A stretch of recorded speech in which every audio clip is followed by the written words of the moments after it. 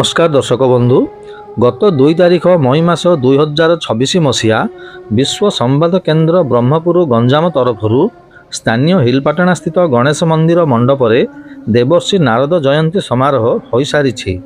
निमंत्रित अतिथि माने दीप प्रज्वलन करी समारोह को आरंभ करथिले। रामहरि नगर सरस्वती शिशु विद्या मंदिर विद्यार्थी माने ओडिसी नृत्य और प्रारंभिक संगीत परिवेषण करथिले।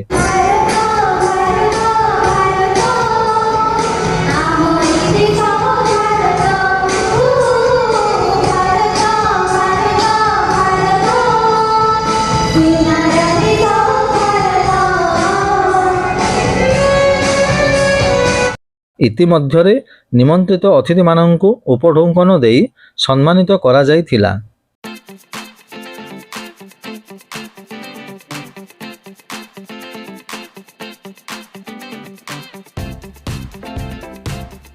वरिष्ठ सांबादिक तथा प्रमेय ब्रह्मपुर संस्करण डीजीएम अंबिका प्रसाद दास एवं उत्कल विश्वविद्यालय सांबादिकता विभागर अध्यापक तथा स्तंभकार डॉक्टर भी राजेंद्र राजू को संबर्धित करा जायथिला।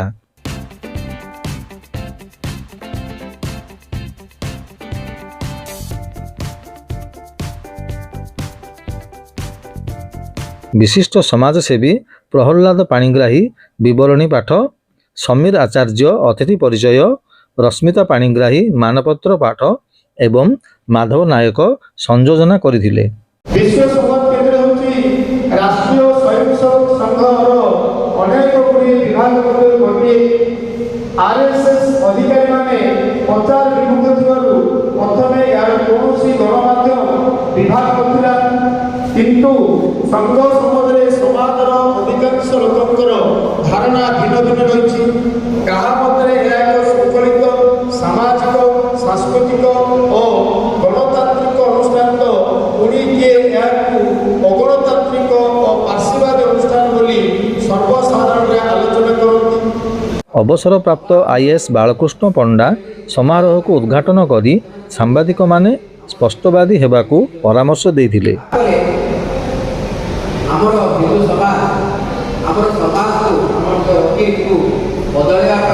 BMC deputy commissioner Kalyani Sanghamitra Devi समारोहर मुख्य अतिथि थिले।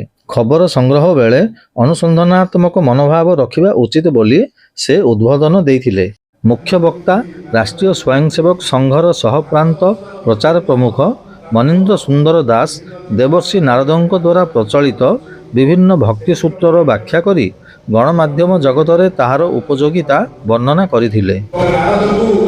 सामाजिक रूप में मानिया पे कि संवादपत्र एवं